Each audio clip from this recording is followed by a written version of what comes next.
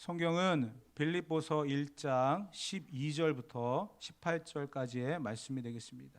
빌립보서 1장 12절에서 18절 다 같이 한 목소리 읽겠습니다. 형제들아, 내가 당한 일이 도리어 복음 전파의 진전이 된 줄을 너희가 알기를 원하노라. 이러므로 나의 매임이 그리스도 안에서 모든 시위대 안과 그 밖의 모든 사람에게 나타났으니 형제 중 다수가 나의 매임으로 말미암아 주 안에서 신뢰함으로 겁없이 하나님의 말씀을 더욱 담대히 전하게 되었느니라. 어떤 이들은 투기와 분쟁으로, 어떤 이들은 착한 뜻으로 그리스도를 전파하나니 이들은 내가 복음을 변증하기 위하여 세우심을 받은 줄 알고 사랑으로 하나 그들은 나의 매임에 괴로움을 더하게 할 줄로 생각하여 순수하지 못하게 다툼으로 그리스도를 전파하느니라. 그러면 무엇이냐? 거칠애로 하나 참으로 하나 무슨 방도로 하든지 전파되는 것은 그리스도니 이로써 나는 기뻐하고 또한 기뻐하리라. 아멘.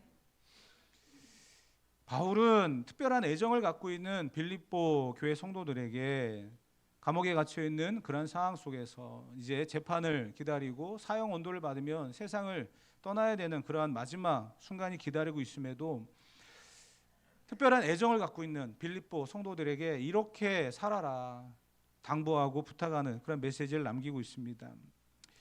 사실 교회가 지도자가 위기를 만나고 특별히 바울이 감옥에 갇히는 그런 일을 만났을 때 교회는 시험에 빠질 수 있습니다.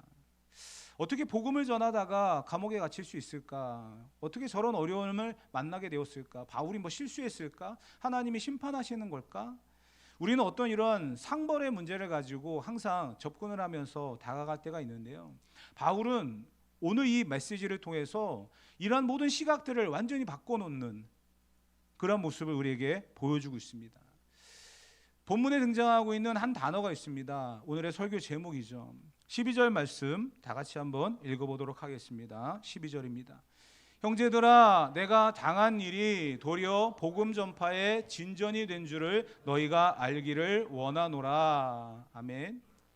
지금 바울이 당한 일이 있다는 거예요. 그게 뭐냐면 13절, 14절, 17절에 보게 되어지면 매어 있다, 그러니까 묶여 있다라고 하는 그런 표현을 쓰고 있는데요. 그 매어 있다라고 하는 게 뭡니까? 구체적으로 지금 감옥에 갇혀 있다는 거죠. 감옥에 갇혀 있는 그러한 상황, 내가 당한 일이 이렇다라고 하면서 물론 자기가 지금 현재 처해 있는 일이 난처하죠. 사실 자랑할 만한 일은 아니죠. 억울한 가운데 감옥에 들어갔지만 딱히 드러낼 만한 그런 일은 아닙니다. 그런데 그러한 상황을 이야기하면서 내가 지금 현재 처해져 있는 이 일이 너희가 생각하는 것과는 다른, 왜 감옥에 갇혀야 하는가, 왜 복음을 전하다가 고난을 당해야 되는가, 그런 입장과 생각이 아니라 너희들이 이렇게 생각을 했으면 좋겠다라고 하는 의도로 본문을 기억하고 있는 거죠. 바울은 이 말을 우리에게 전하면서 우리의 생각까지도 바꿔가기를 요구하고 있습니다. 이런 말이죠. 너희는 내가 갇히고 매인 것이 나를 힘들게 하고 복음에 방해가 되고 하나님의 나라가 해가 될 줄 알고 염려하는데 그렇지 않다. 내가 당한 일은 내가 갇힌 것뿐이지 복음이 갇힌 것이 아니며 내가 당한 일은 내가 쇠사슬에 매인 것뿐이지 하나님의 나라가 매인 것은 아니다. 오히려 내가 당한 일이 복음 전파의 진전이 되고 있는 것을 너희가 알아야 한다. 이러한 뜻이에요. 옥에 갇혀 재판을 진행하고 있고 결과에 따라 죽는 사형의 선고를 받아야 되는 생사를 알 수 없는 그런 상황 속에서 충분히 좌절하고 낙심할 수 있습니다. 그러나 빌립보 교회 성도들을 향해서 염려하지 말고 내가 옥에 갇혀 있지만 이 일이 오히려 반전, 너희가 생각하고 있는 그런 염려와 근심, 낙심이라고 하는 그러한 결과가 아니라 하나님께서 이루어가고자 하는 그러한 뜻이 있다. 이것을 볼 수 있어야 한다는 거예요. 사실 바울이 옥에 갇힌 그 일로 인해서 많은 사람들이 비난했습니다. 바울이 옥에 갇혔다. 그가 잘못하고 있다는 거죠. 그렇기 때문에 옥에 갇힌 거예요. 사람들은 겉으로 드러나는 모습만 보고 그렇게 평가를 했습니다. 그러나 바울은 그 상황 속에서 빌립보 교회 성도들에게 복음의 진전이라고 하는 그런 표현을 쓰고 있습니다. 진전이라고 하는 말은 앞으로 나아가서 발전을 한다, 그런 뜻이거든요. 그런데 바울이 사용했던 이 진전이라고 하는 단어는 로마의 군인들이 사용하는 군사 용어입니다. 로마의 군인들은 당시 세계 최강이었습니다. 가는 곳마다 승리를 했고 영토를 넓혀갔고요. 그리고 자기네 땅이다라고 하는 것을 확증하기 위해서 도로를 깝니다. 그래서 모든 길은 로마로 통한다라는 말을 하죠. 그 길을 닦는 사람들이 공병대예요. 이 공병대가 길을 닦으면서 하는 행위를 진전이라고 하는 군사적인 용어를 쓰는 거죠. 근데 로마의 군대가 세계 최강일 수밖에 없었던 것은 그들이 갖고 있는 무기 중에서 전차가 있습니다. 그 전차를 앞장 세워서 몰고 들어가서 성을 함락하고 전쟁을 승리로 이끌어가는 거예요. 근데 그 전차가 가기 위해서는 길이 평탄해야 되겠죠. 그 길을 닦는 일을 갖다가 공병대가 하는 거예요. 그 일을 진전이라고 성경은 이야기하고 있는데, 제가 이렇게 설명을 해드리지만 당시에 진전이라고 하는 단어를 썼던 이 서신서를 읽는 빌립보 교회 성도들은요, 그냥 다 알아듣는 이야기예요. 당시에 잘 쓰는 말이었기 때문에. 바울이 이 복음의 진전이라고 하는 말을 쓰는 거, 내가 당한 일이 복음의 길을 닦았다. 내가 당한 일이 복음을 널리 전파하는 그런 계기가 되었다. 감옥에 갇힌 일이 무엇이 자랑이라고 이렇게까지 결과를 만들어 갈까요? 이것은요, 사고의 전환이에요. 생각의 전환이에요. 가치관의 전환이고요, 관점의 전환입니다. 어떻게 보느냐에 따라서 달라진다는 거예요.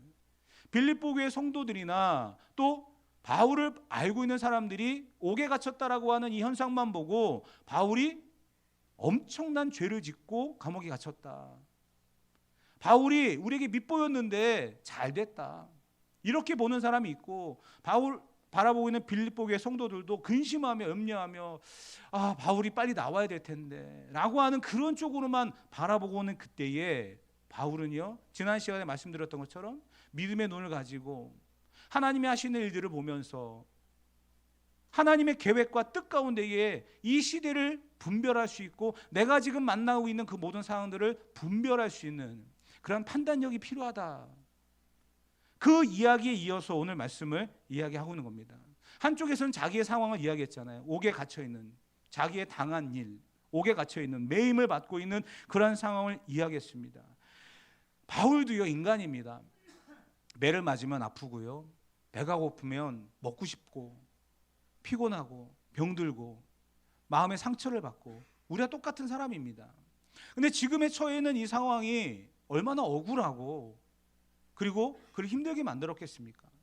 그런데 이 상황을 다르게 보는 거예요.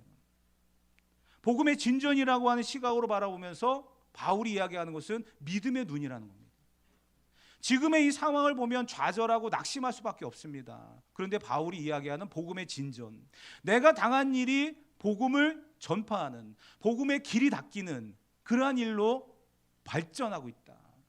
믿음의 눈을 들지 않고서는 볼 수 없는 그런 상황입니다. 바울이 감옥에 갇혀있는 그 상황이 어떻게 복음의 진전으로 나갔느냐, 13절을 보면 이렇게 이야기하죠. 다 같이 읽어봅시다. 이러므로 나의 매임이 그리스도 안에서 모든 시위대 안과 그 밖의 모든 사람에게 나타났으니, 첫째로는 바울이 감옥에 갇혀있는 그 상황 속에서 바울은 이 시위대의 사람들이 자기를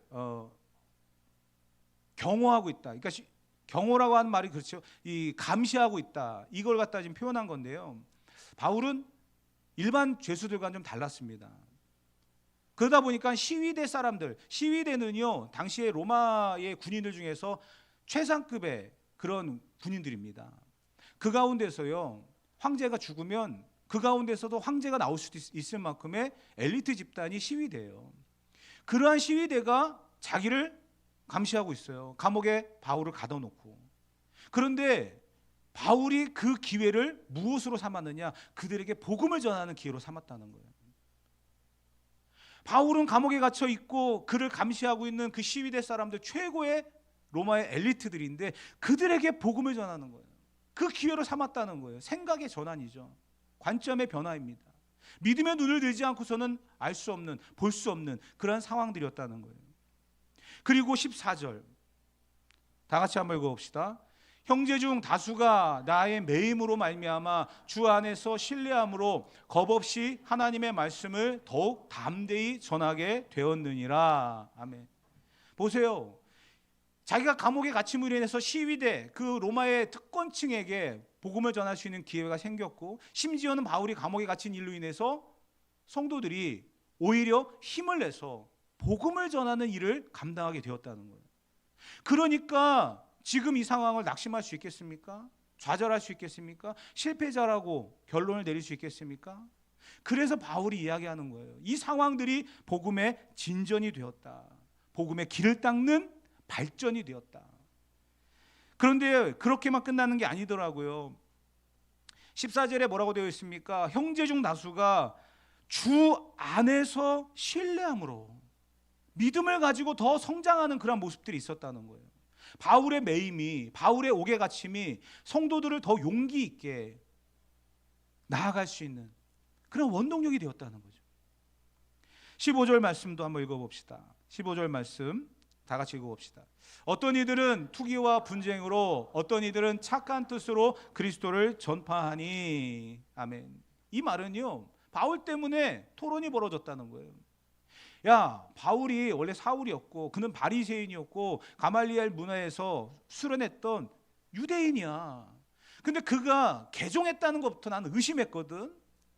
결국 그가 배반자, 배신자로 낙인을 찍혀서 감옥에 들어간 거야. 아니야. 사울이 바울이 된 것은 다메섹에서 예수님을 만났기 때문이고, 그가 만난 예수님을 말하고 초대교회를 세워가는 일꾼이었고, 그가 말하는 것은 복음이고, 그가 말하는 것은 예수님이야. 서로 변론이 일어나는 거예요. 그러면서 그 가운데에 복음이 증거되었다는 거예요.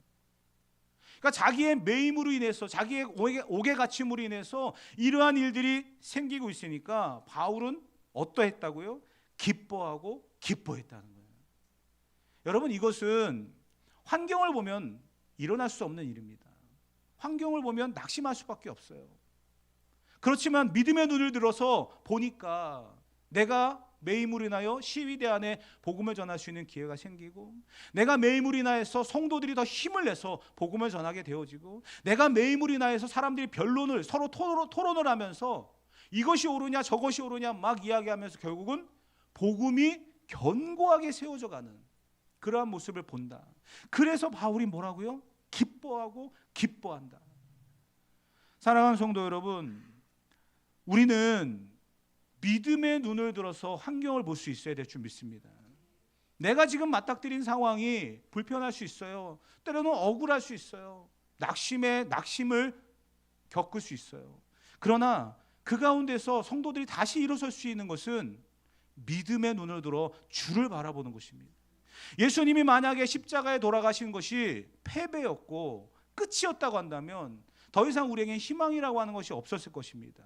그러나 예수님은 십자가의 죽으심으로 인하여서 부활하셨다는 거예요.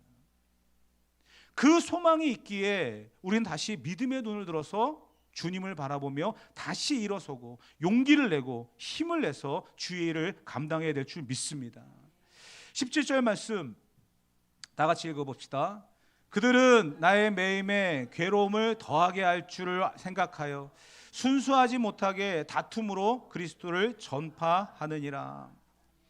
지금 바울은 지금의 이 상황을 이렇게 표현을 했죠. 나에게 괴로움을 더할 줄 알고. 그러니까 바울을 욕하는 거죠. 옥에 갇힌 현 상황을 말하고, 바울이 그럴 줄 알았어 라고 하면서 계속해서 이 상황들을 지적해 내려가는데, 그러나 이 상황 속에서 바울이 이야기한 것이 18절이거든요. 읽어봅시다. 그러면 무엇이냐? 거칠애로 하나 참으로 하나 무슨 방도로 하든지 전파되는 것은 그리스도니 이로써 나는 기뻐하고 또한 기뻐하리라. 아멘. 다툼으로 바울을 욕하고 비난하고 사람들에게 야, 바울이 그럴 줄 알았어. 야, 옥에 갇힌 사람 그 현상만 봐도 죄인인데 그 사람의 말을 왜 들어? 하면서 다툼이 일어나고 분열이 일어나는 그 상황 속에서도 아니야. 바울이 옥에 갇힌 이유는 복음을 전하기 위함이고 그는 억울하게 갇힌 거야 하면서 선한 쪽으로 바라보는 성도들이 있었다는 거예요. 이들의 다툼이 결국은 교회 안에 복음의 질서와 복음의 그러한 영향력들이 퍼져가는 그런 역사가 일어났고요. 그러면서 바울은 이것을 보면서 어떠한 형태로든지 복음이 증거되어지는 것, 그것을 내가 기뻐하고 기뻐한다.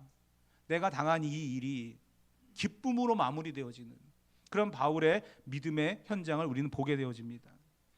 사랑하는 성도 여러분, 우리는 여기에서 한 가지의 결론의 메시지를 또 보게 되어집니다. 저는 이제 매같이 기도하는 기도의 제목 중에서 여러 가지 많은 일들이 있어요. 그 중에 대표적인 것 몇 가지만 이야기한다면, 첫째는 항상 이렇게 얘기합니다. 주님, 부끄러운 일을 당하지 않게 하옵소서.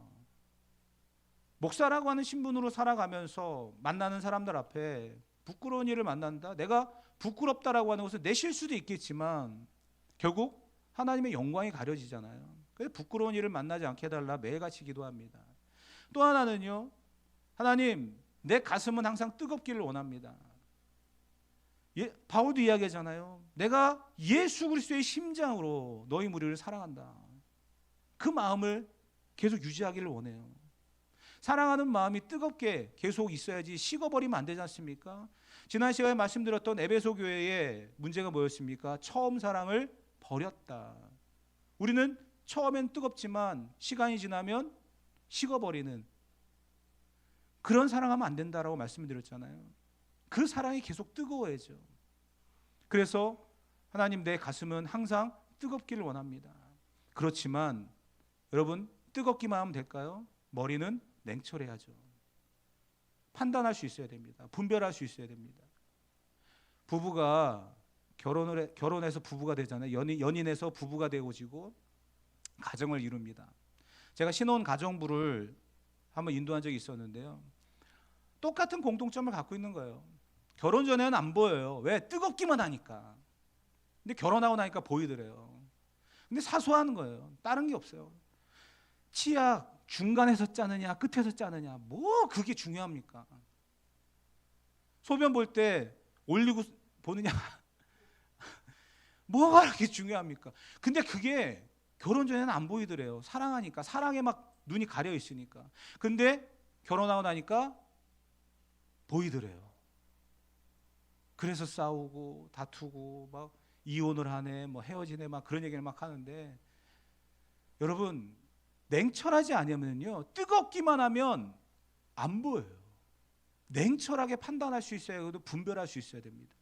바울이 지금 보여주고 있는 게 그거거든요. 예수 그리스도의 심장으로 내가 너희 무리를 사랑한다라고 하는 그 뜨거움이 있습니다. 그러나 냉철함이 없으면요, 이런 이야기 할 수 없다는 거예요. 보세요. 믿음의 눈을 들어서 지금의 이 상황들을 보잖아요. 냉철하게 보고 있는 거예요. 내가 옥에 갇혀 있다. 나 억울하다. 나를 위해 기도해 줘라. 알지 않느냐? 빌립보 교회가 세워진 이유를. 내가 감옥에 갇혔을 때 기도하면 옥문이 열리고 간수장이 구원받고 교회가 세워지고 다시 한번 그 기적을 일으키자, 이렇게 말하는 게 아니에요. 성도들을 더 견고하게 세우고 성도들을 가르치는 입장에서 냉철하게 분별하고 판단하라는 거예요. 이것을 지금 바울이 가르쳐주고 있다는 거예요. 가슴은 뜨겁게, 머리는 냉철하게. 우리도 그렇게 살아가야 될 줄 믿습니다. 그래야 모든 상황들 속에 믿음의 눈을 들어서 볼 수 있고 살아갈 수 있는 거예요. 낙심하더라도 좌절하더라도 일어설 수 있는 이유가 뭡니까? 믿음의 눈을 들어서 삶을 다시 보기 때문이에요. 그러한 것은요, 다른 게 아니에요. 냉철한 분별력이 있어야 됩니다. 그것을 위해서 우리가 기도할 수 있어지기를 바랍니다. 그런데요, 왜 우리가 냉철하지 못하고 분별하지 못할까? 그 이유를 생각해 봤습니다. 그것은 예수님이 안 보이기 때문이에요. 세상에 속해 있는 내가 보이고, 그리고 그 상황만 보기 때문에 그렇습니다. 그러면 어떤 일이 벌어질까요? 바울이 만약에 믿음의 눈을 들어서 이 상황을 보지 아니하고 상황 속에서 고생하고 있는 자기만 보았다고 한다면 아마 억울함에 스트레스 엄청 받아가지고 죽었을지도 몰라요. 사형으로 죽는 게 아니라 아마 그 답답함과 이 억울함이 견디지 못해서 아마 죽었을지도 몰라요. 근데 우리는 그런 경우들이 너무나 많이 있다는 거예요. 믿음으로 살아가라라고 이야기하는데, 환경 속에서 우리가 믿음이 무너지고 주님을 보지 못하는 나만을 보면서 살아가기 때문에 그런 일들이 생긴다는 거예요. 그래서 여러분, 대표적인 인물이 하나 있어요. 가인의 후손인 라멕이라고 하는 사람이 있습니다. 가인이 도망을 갔어요. 아벨을 죽이고, 그러고 나서 정착을 해서 아이를 낳습니다. 그 후손이 라멕인데요, 이 라멕이 창세기 4장 23절과 24절을 보면 이런 노래를 불러요. 이게 노래입니다. 다 같이 읽어봅시다. 라멕이 아내들에게 이르되 아다와 실라여 내 목소리를 들으라. 라멕의 아내들이여 내 말을 들으라. 나의 상처로 말미암아 내가 사람을 죽였고 나의 상함으로 말미암아 소년을 죽였도다. 가인을 위하여는 벌이 7배일진데 라멕을 위하여는 벌이 77배 일이로다 하였도다. 이게 가인의 후손인 라멕이라고 하는 사람이 지은 노래거든요. 이걸 성경에 실어놨어요. 그 이유가 뭘까? 보게 되어지면 자기가 상처를 받았다는 거예요. 자기가 마음에 상함이 있었다는 거예요. 그 결과가 뭐였냐? 사람을 죽인다는 겁니다. 소년을 죽인다는 거예요. 내가 받은 상처, 내가 받은 아픔 때문에 그것을 해소하려고 사람을 죽이는 일이 벌어졌다는 겁니다. 왜 이 이야기를 했을까? 시작이 뭐예요? 라멕이 아내들에게 이르되, 아내들에게까지도 협박하는 거예요. 내가 말이야 상처를 받으면 그 사람에게 보복하는 사람이거든. 사람을 죽일 수도 있어. 나 심지어 죽였어. 당신들도 나를 속상하게 만들면 당신들도 나한테 죽어. 이 이야기예요. 얼마나 무서운 이야기입니까? 자기 안에 있는 상처로, 자기 안에 있는 이 감정으로만 살아가고 자기만 바라보는 사람의 결과입니다. 이것을 성경은 뭐라고 하냐면 칼의 노래라고 이야기합니다. 상대방에게 상처를 주고 아픔을 주고 심지어 그 사람을 죽이는 칼의 노래입니다. 나 중심으로 살아가면, 믿음의 눈을 들어서 주를 보지 못하고 나 중심으로 살아가면은요, 이렇게 되어진다는 거예요. 그런데 여러분, 성도는 칼의 노래를 부르는 사람들이 아닙니다. 은혜 가운데 살아가면서 소망을 가지고 살아가는 그러한 사람들인지 믿습니다. 그래서 우리는 칼의 노래가 아니라 다윗처럼 목동의 노래를 부를 수 있는 사람이 되어야 돼요. 시편 23편 1절부터 6절까지 다 같이 읽어봅시다. 여호와는 나의 목자시니 내게 부족함이 없으리로다. 그가 나를 푸른 풀밭에 누이시며 쉴 만한 물가로 인도하시는도다. 내 영혼을 소생시키시고 자기 이름을 위하여 의의 길로 인도하시는도다. 내가 사망의 음침한 골짜기로 다닐지라도 해를 두려워하지 않을 것은 주께서 나와 함께 하심이라. 주의 지팡이와 막대기가 나를 안위하시나이다. 주께서 내 원수의 목전에서 내게 상을 차려주시고 기름을 내 머리에 부으셨으니 내 잔이 넘치나이다. 내 평생의 선하심과 인자하심이 반드시 나를 따르리니 내가 여호와의 집에 영원히 살리로다. 아멘. 칼의 노래가 아닌 하나님을 찬양하는, 하나님이 내 주인이 되시고 나의 전부가 되시며 나의 모든 것이 되심을 찬양하며 살아가는 저와 여러분이 되어야 될 줄 믿습니다. 감옥에 갇혀있는 그 상황이 오해를 불러일으킬 수 있습니다. 얼마나 힘들고 답답했겠습니까? 그러나 그 모든 당한 일이 오히려 복음의 진전이 되었다라고 말하며 하늘 소망 가지고 살아가는 바울의 모습, 그 이야기를 빌립보 교회 성도들에게 이야기하며 너희도 그렇게 살아가라고 당부하고 있는 사도의 이 외침을 오늘 우리의 삶에 묵상해야 될 줄 믿습니다. 우리는 복음 때문에 환경과 상황을 뛰어넘을 수 있는 사람들입니다. 예수님이 우리의 전부이고요, 예수님이 우리의 모든 것입니다. 예수님 한 분만으로 살아가는 저와 여러분이 되어져서 우리의 삶의 모든 부분들을 믿음의 눈으로 들어 볼 수 있는, 기쁨을 누리며 살아갈 수 있는 저와 여러분 되어지기를 주님의 이름으로 축복합니다.